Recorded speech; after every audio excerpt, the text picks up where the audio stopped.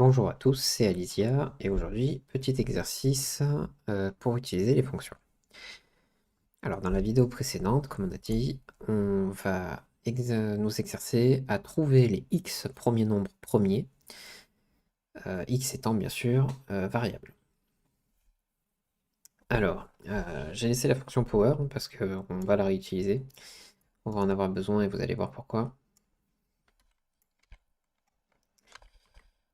Voilà. Alors, si vous avez réussi, bravo à vous. Sinon, on va le faire ensemble, comme ça vous allez voir petit à petit, peut-être ça va vous débloquer à un certain point. N'hésitez pas à mettre pause et à continuer par vous-même. Il y a plusieurs méthodes pour résoudre ce problème, certaines plus efficaces que d'autres, surtout quand on parle de trouver des nombres premiers. En général, vous allez très vite vous heurter à une limite sur des gros nombres euh, pour ça, puisque du coup, si vous avez besoin d'un rappel sur les nombres premiers, normalement il y a une petite fiche qui doit s'afficher et la vidéo est dans la description. Je vous mettrai un petit tutoriel. Nous, on va utiliser donc le théorème d'arrêt du coup. Euh, le principe de l'algo d'arrêt, en fait, c'est que tout nombre, s'il ne doit pas être premier, alors son diviseur est forcément entre 2 et racine du dit nombre. Voilà, il n'y en aura aucun supérieur à ça. Et ça, bien sûr, ça élimine énormément de nombres. Parce que par exemple, si vous le faisiez en brute force et que vous disiez bah, je teste tous les nombres jusqu'au 10 nombres, bah, si vous êtes déjà à 120, vous allez devoir tester du coup 118 nombres. Si vous commencez à 2. Ça commence à faire énormément de divisions à tester. Et bien sûr, si vous passez aux milliers, aux dizaines de milliers, alors là, ça va prendre un temps interminable. Forcément, si vous ne testez que donc les nombres premiers, puisque du coup c'est les diviseurs, donc les nombres premiers jusqu'à racine du nombre, bah, racine de 121 par exemple c'est 11, et donc vous avez juste à tester les nombres premiers, s'ils sont divisibles par les nombres premiers, jusqu'à 11 inclus. Euh, voilà, donc c'est forcément beaucoup plus rapide, puisque du coup vous avez 5 divisions à faire plutôt que 118. Voilà, donc on va faire tout ça aujourd'hui.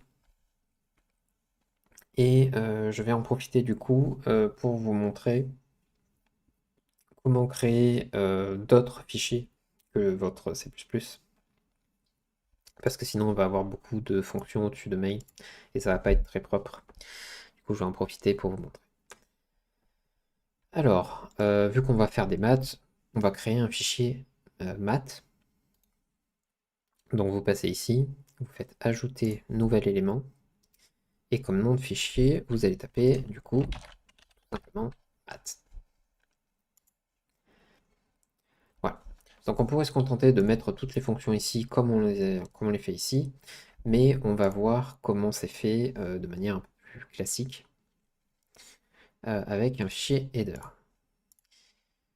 Alors le header, comme son nom l'indique, c'est une en-tête. Et en gros, là qu'on va définir nos fonctions, donc c'est là qu'on va dire au compilateur, ok, dans mon code, il y a une fonction, elle retourne tel type de variable, elle a tel nom et elle prend tel paramètre. Et ça va aider le compilateur en fait à pouvoir faire les liens entre les fichiers pour pouvoir réutiliser euh, des fonctions dans d'autres fichiers que celui où les fonctions sont écrites. Donc, je vais vous montrer à quoi ça ressemble. Euh, du coup, là, vous faites pareil, sauf que c'est pas C++, mais .h. Alors en soi, le .h.cpp, lui, le compilateur s'en fiche bien pas mal. Il s'en fout complètement. C'est juste par convention, on utilise cpp pour le fichier cpp et .h pour le fichier .h. Donc vous étonnez pas si vous trouvez du hpp, ça arrive, c'est exactement la même chose. C'est juste plus long à écrire, donc pas la peine.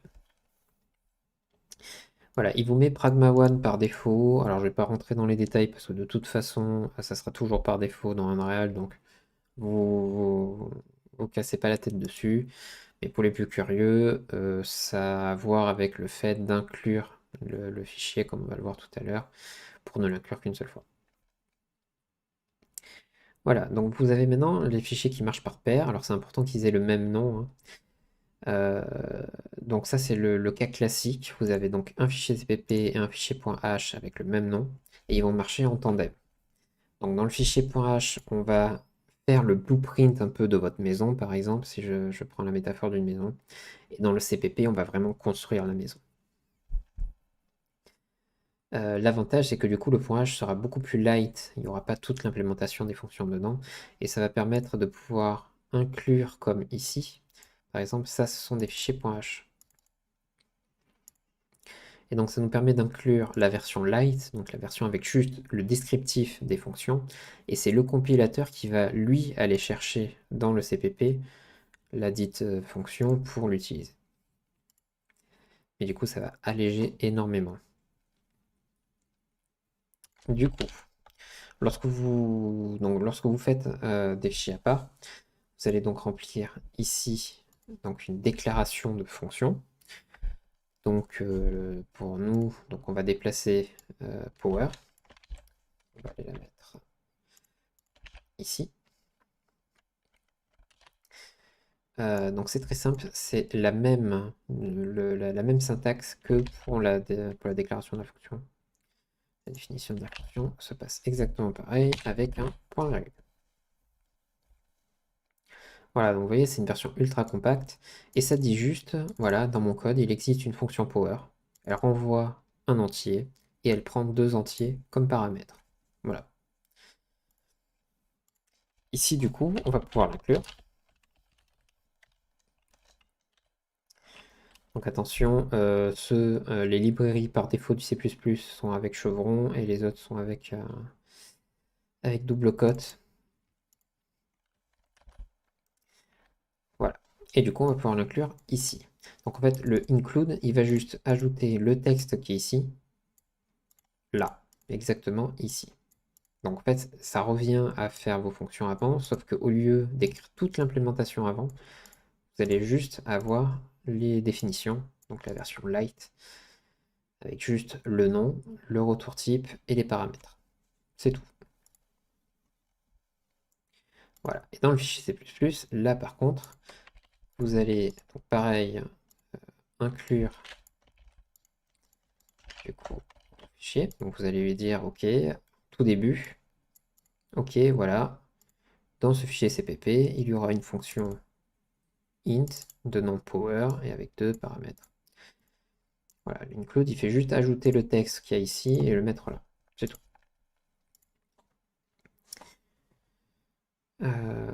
Voilà. Donc l'avantage, c'est que maintenant qu'on a inclus ça, on va pouvoir utiliser ici la fonction power. Et vous voyez, il sait du coup quels sont les paramètres, il peut vous le dire parce que vous avez inclus le fichier avant. Du coup, il a déjà le modèle de la fonction. Et donc, il peut vous dire, OK, cette fonction, elle prend deux entiers, voici leur nom, etc., etc. Donc, on peut mettre 5.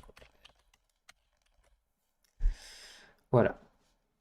Donc attention, pensez bien à l'include, parce que si vous oubliez l'include, si par exemple je le commente, voilà, il n'y a plus de fonction power. Il ne sait pas où chercher la fonction power, donc indicateur power non défini. Voilà, si vous avez ça sur vos fonctions, c'est très probablement qu'il manque l'include.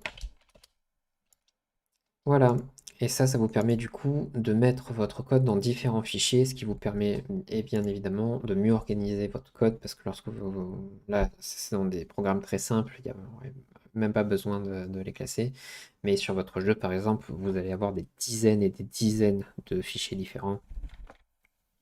L'engine, j'en parle même pas, c'est des millions de lignes de code réparties dans des milliers ou des dizaines de milliers de fichiers. Donc vous avez fort intérêt à organiser votre travail. Bien, donc notre premier exercice sur les fonctions. il va nous falloir quelques autres fonctions pour réaliser du coup notre fonction. Alors, la fonction finale qu'on veut, c'est un find prime number, qui est donc une fonction qui ne renvoie rien, hein, qui utilise. Et elle va devoir prendre du coup un nombre, donc un nombre de first number. Et là, elle va prendre un tableau avec les valeurs de retour. Mais là, on a un problème. Jusque-là, on a vu des tableaux qui sont statiques. Or, on veut pouvoir choisir le nombre de nombres premiers qu'on veut trouver. Et donc, ça ne marchera pas, à moins de prendre un tableau statique extrêmement grand et d'en utiliser qu'une partie. Donc ça, c'est pas l'idéal. Ce qu'on voudrait, c'est des tableaux dynamiques, donc qui augmentent de taille au fur et à mesure qu'on ajoute des éléments. Alors, il y a plein de façons de le faire. Je vais vous en présenter une qui s'appelle Vector. Alors les vectors, c'est simplement une liste en fait, sur laquelle vous pouvez ajouter ou insérer à différents endroits des éléments. Alors pourquoi on va utiliser les vectors? Déjà parce que c'est beaucoup plus simple qu'un vrai tableau dynamique. En gros, c'est une classe qui englobe le tableau dynamique, et surtout, ça ressemble énormément aux tableaux que vous allez utiliser dans Unreal, qui sont des TRE. Ça ressemble énormément à ce qu'on utiliserait avec un vecteur, par exemple. Alors, comment on utilise ça? Alors, c'est dans la librairie du STD. Donc, pareil que d'habitude, pour pareil écrire STD, on va utiliser le namespace. Alors, pour utiliser un vecteur, c'est très simple. Il a juste besoin donc de son type, hein, donc vector, comme pour tous les vecteurs. Sauf qu'on va lui indiquer le type à mettre dedans. Donc l'équivalent de lorsque vous faites un tableau, du type du tableau, hein. Ça marche exactement pareil.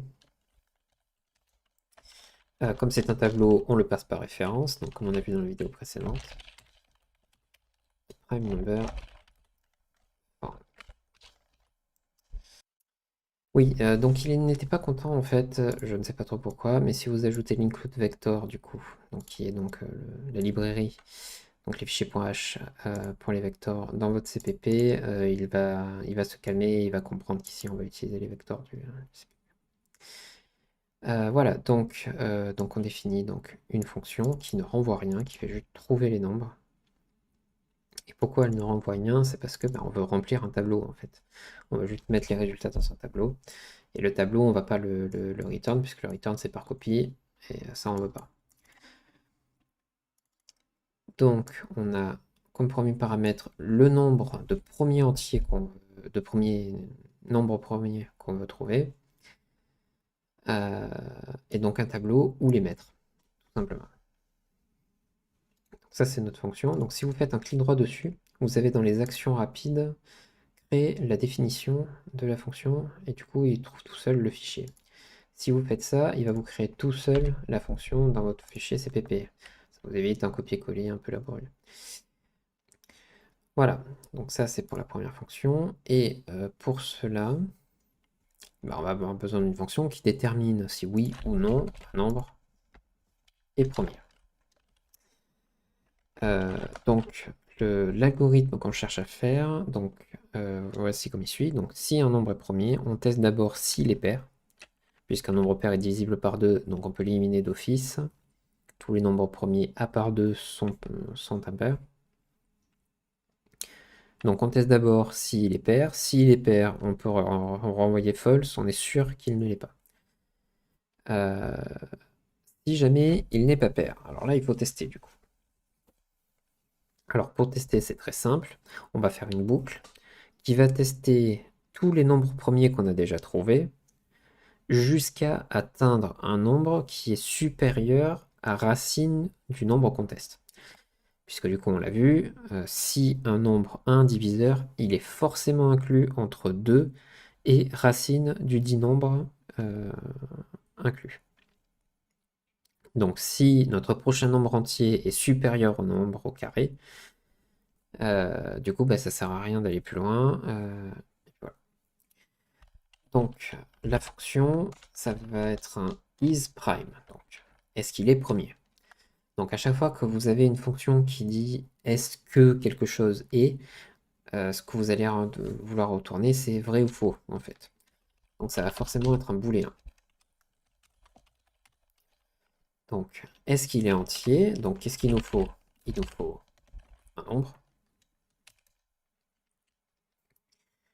Et il va nous falloir aussi les nombres premiers qu'on a déjà trouvés. Et du coup, on ne les recherche pas, on va pas rechercher les nombres premiers, et on va certainement pas les lister parce que sinon l'exercice il va être très rapide. Donc voilà. Et pareil, du coup, on crée la définition. Voilà. Alors, power, on n'a pas besoin, on l'a déjà fait, elle marche, pas de problème. Et donc, on va se concentrer sur isPrime. Voilà. Donc, on veut savoir si un nombre est premier ou non. Par défaut, on va renvoyer true. Vous allez voir pourquoi. Alors, donc, comme on a dit, on veut tester en premier s'il est pair. Parce que s'il est pair, ça sert à rien d'aller plus loin. Il ne l'est pas. Sauf bien sûr s'il est égal à 2. Donc on va rajouter cette petite subtilité. Parce qu'on veut que notre fonction fonctionne dans tous les cas. Dans les cas concrets, on ne va jamais tester par 2, puisque du coup on aura déjà testé s'ils sont divisibles par 2. Et 2 étant le premier nombre premier, ça sert à rien de le tester. Mais bon, on va le faire proprement. Donc on teste si n du coup égale 2. Du coup, on peut tout de suite renvoyer true. Effectivement, 2 est un nombre premier. Voilà. Donc ça, c'est le seul nombre premier qui est pair. Ensuite, on veut tester du coup la parité. Que du coup, s'il n'est pas égal à 2, il peut être soit pair, soit impair, mais supérieur à 2. Alors, pour tester la parité, on va utiliser le modulo. Vous vous souvenez, c'est le reste de la division entière entre deux nombres. Alors, si un nombre est pair, le reste de sa division par 2 sera égal à 0, puisque s'il est pair, il est divisible par 2. S'il est impair, sera égal à 1. Du coup, si le nombre est divisible par 2 et est supérieur à 2, alors on est sûr qu'il n'est pas premier. Donc on return false. Il n'est pas premier. Voilà, donc ça c'est le cas le plus optimal du coup. Donc soit il return ici, soit il return là. C'est très rapide, pas de problème. Si jamais il est impair. Alors là, c'est plus compliqué. S'il est impair, il faut tester tous les nombres premiers qu'on a déjà trouvés jusqu'à que le nombre premier en question au carré soit supérieur au nombre qu'on veut tester. Donc comment on fait ça? C'est très très simple. On veut tester tous les nombres premiers qui sont dans ce tableau. Donc ça va être une boucle for, comme on l'a vu dans la vidéo, sur les tableaux.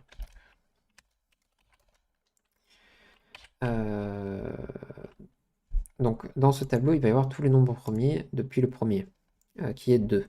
Donc ça sert à rien de tester à i égale 0, puisqu'à i égale 0, la première case du tableau, elle sera toujours avec 2. Et on sait déjà que ce n'est pas 2 grâce à ceci. Si c'était 2, on aurait return ici. Donc on va commencer i directement à 1, donc à la deuxième case du tableau, qui sera donc 3 au minimum. Donc i inférieur donc, à la taille du tableau. Donc vous avez le tableau ici. Donc vous devez utiliser point. On verra plus tard pourquoi. Mais voilà, le tableau en lui-même, le type vecteur, contient des fonctions. Et il a une fonction size pour envoyer simplement le nombre d'éléments dans le tableau. Donc on veut parcourir tout le tableau de la deuxième case, donc index 1, jusqu'à ce que ça soit supérieur à la taille du tableau, puisqu'on ne veut pas dépasser. Et à chaque fois, bien sûr, on veut ajouter 1 à l'index. N'hésitez pas à revoir la vidéo sur le tableau et les boucles si vous avez un trou.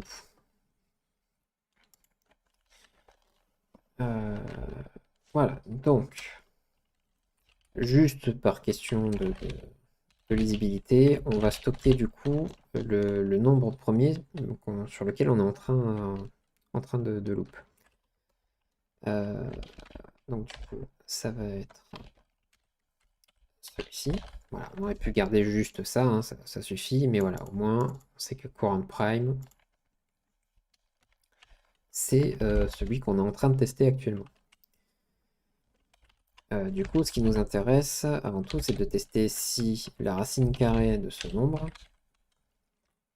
donc de courant prime, est supérieure à n. Parce que si c'est supérieur à n, alors on n'a pas trouvé de diviseur et on a dépassé racine de n. Donc ce nombre est premier, c'est sûr.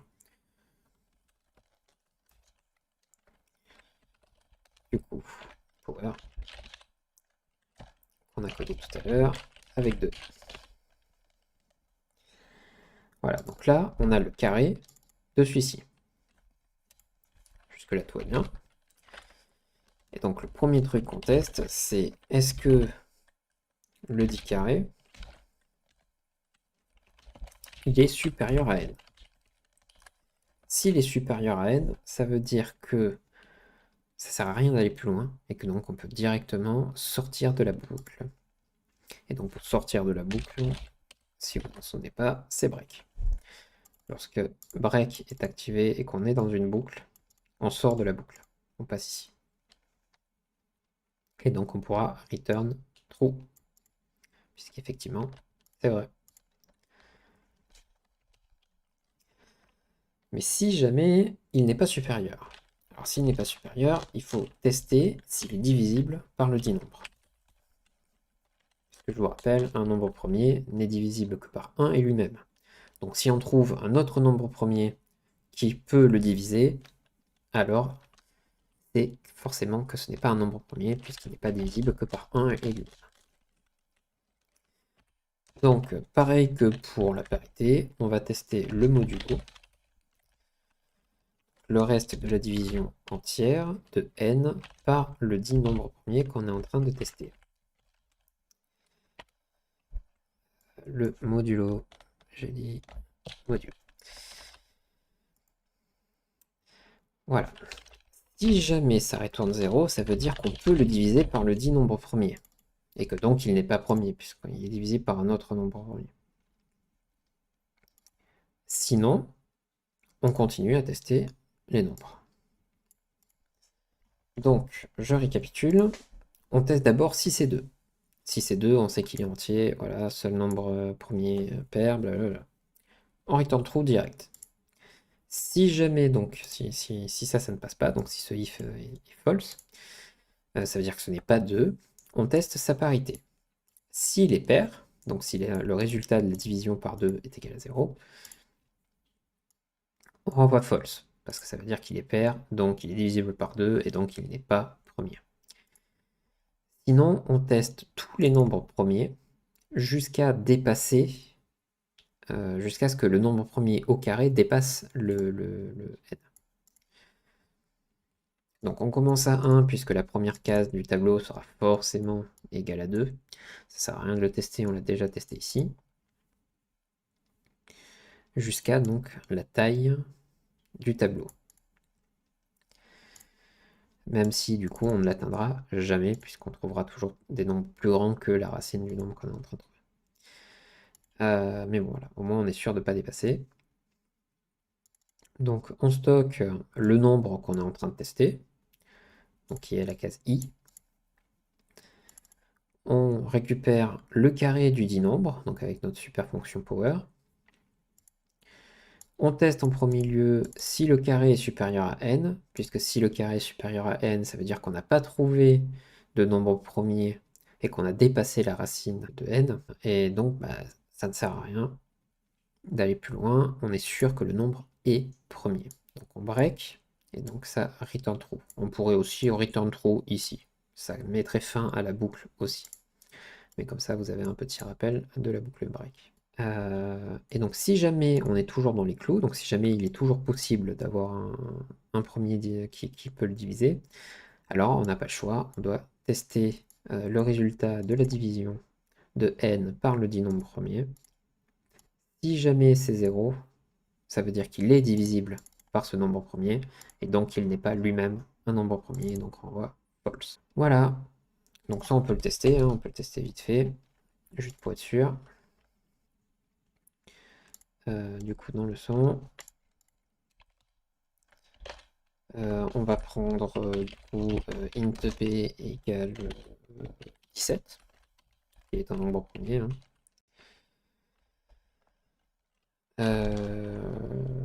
Et on va mettre un if isPrime. Alors oui, non, on va pas pouvoir le tester parce qu'il faut les nombres premiers précédents. Oui. Alors attendez. Hop. Donc, annulation, on le testera pas, ça va marcher, vous inquiétez pas. Donc on va directement passer à ceci. Continue de pas être content de moi. Ouais, bon. Donc on va passer à trouver les nombres premiers. De toute façon, la fonction est super simple. Donc trouver les nombres premiers. Alors déjà, le premier test de sécurité, ça va être de dire que si nbFirst est supérieur à 0, si on ne demande plus de 0 nombre premier, alors on peut directement ajouter. Donc pour ajouter, c'est pushback, donc ça va mettre à la fin du tableau. Pour aussi insert, pour mettre entre deux cases du tableau, et il se charge de déplacer les cases pour les garder dans l'ordre. Donc vous pouvez mettre 2. Et du coup, voilà, si on demande au moins un nombre premier, alors il y a forcément 2 en première case et ça sert à rien de tester. Alors ensuite, on va avoir besoin du coup d'un incrémenteur, donc pour tester tous les nombres, jusqu'à en avoir trouvé le nombre qu'on veut. Donc on le fait commencer à 3 puisqu'on a déjà rajouté 2. On va utiliser une boucle while. Alors la condition c'est que du coup, on a dit on veut x nombre. Donc bah, il faut qu'il y ait x nombre dans le tableau. Donc tant que la taille du tableau, donc le tableau de résultats, est inférieure au nombre sauté, alors on continue. Et là on va pouvoir utiliser notre x'prime cette fois pour de vrai. Donc il va avoir besoin du nombre qu'on veut tester et du tableau des nombres premiers qu'on a déjà trouvés. Si il est entier.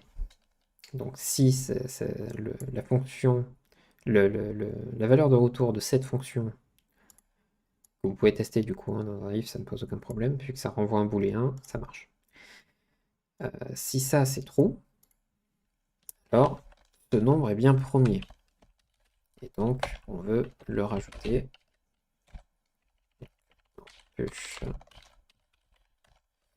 Pushback. On veut rajouter number. Donc on a rajouté un nouveau nombre premier. Si ça ne l'est pas, ou même si ça l'est, dans tous les cas, on incrémente number plus le dit nombre. Et voilà, c'est fini. Donc pour trouver tous les nombres, pour trouver tous les nombres premiers jusqu'à atteindre un certain nombre, du coup on teste si c'est supérieur à 0. Parce que si vous demandez 0 nombre premier, il doit retourner un tableau vide. Hein. Donc pour retourner un tableau vide, bah, c'est très simple. Si vous ne mettez pas 2 ici, il va donc sauter cette étape. Il va arriver là, il va mettre 3. Et dans le while, il va tester la taille du tableau, qui est donc 0. Est-ce qu'elle est inférieure au nombre demandé 0? La réponse est non. Et il va sortir directement. Et donc ici, vous aurez un tableau qui reste vide, du coup, puisque vous n'avez ajouté aucune valeur dedans, ni ici, ni ici. Donc ça, c'est pour le cas extrême où vous demandez 0. On pourrait tester avec des nombres négatifs aussi, et il faudrait là que ça soit unsigned int. Ça serait mieux. Pour être sûr que l'utilisateur ne met pas n'importe quoi ici, et que s'il met -1, ça ne pète pas. Voilà, donc là on va pouvoir tester du coup. Donc vous avez normalement deux fonctions qui vous permettent de trouver tous les nombres premiers, tous les x nombres premiers. Donc il va vous falloir un tableau de résultats. Donc un vecteur de int qui s'appelle result. Hein, on va pas... voilà, pourquoi il n'est pas content? Ah oui, évidemment, vous devez inclure le header des vecteurs. Sinon, il ne sait pas ce que c'est. Donc, vous appelez votre fonction qui trouve les nombres, c'est pas ça, number. Vous l'appelez, et si vous voulez par exemple les 5 premiers nombres, et donc vous les voulez dans résultat. Et après, vous pouvez mettre une petite boucle pour afficher le résultat. C'est du parcours de tableau, hein, comme on a vu dans les autres vidéos. Hop, plus 1.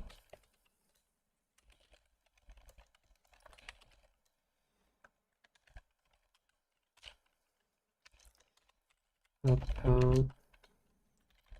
et on va mettre juste les premiers. Ouais. Et on saute une ligne comme image. Voilà. Donc on appelle notre fonction qui normalement devrait remplir ce tableau avec les 5 premiers nombres premiers. Et après on l'affiche. Voilà. Testons.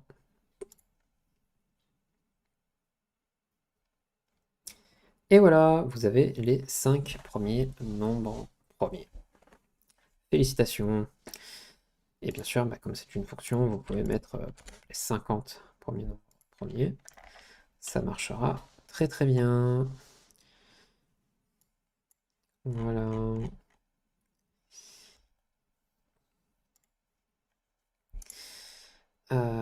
Du coup, je vais revenir vite fait sur les fonctions. Je pense avoir oublié un petit détail qui va quand même. Vous voyez qu'ici, on déclare des variables. Donc dans une fonction. Ici, il y a n par exemple, et ici, il y a n aussi. Alors faites attention, ce n'est pas la même variable.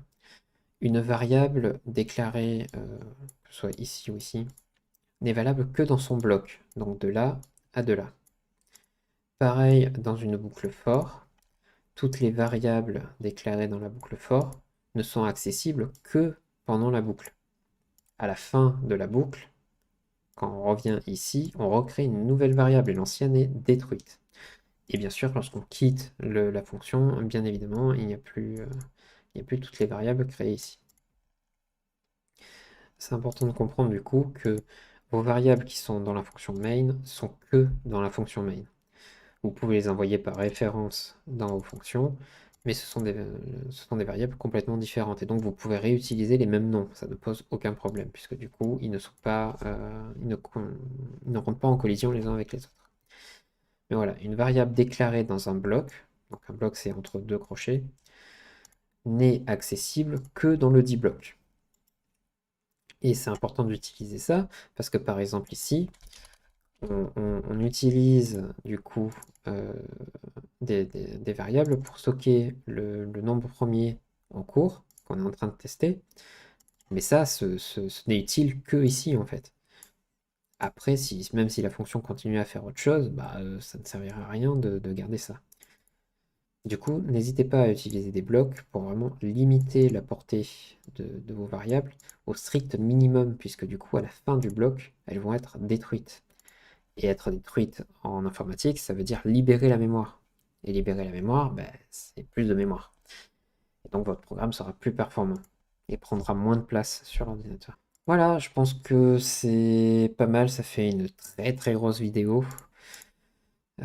Pour tous ceux qui sont un peu allergiques aux maths, je suis désolé, mais vous allez devoir en bouffer de toute façon pour faire du jeu vidéo. Je pense que c'est pas mal. De toute façon, on refera des exos. Dans la prochaine vidéo, on attaquera la PO, donc la programmation orientée objet, et on l'attaquera du coup avec les classes. Et je vous dis à la prochaine.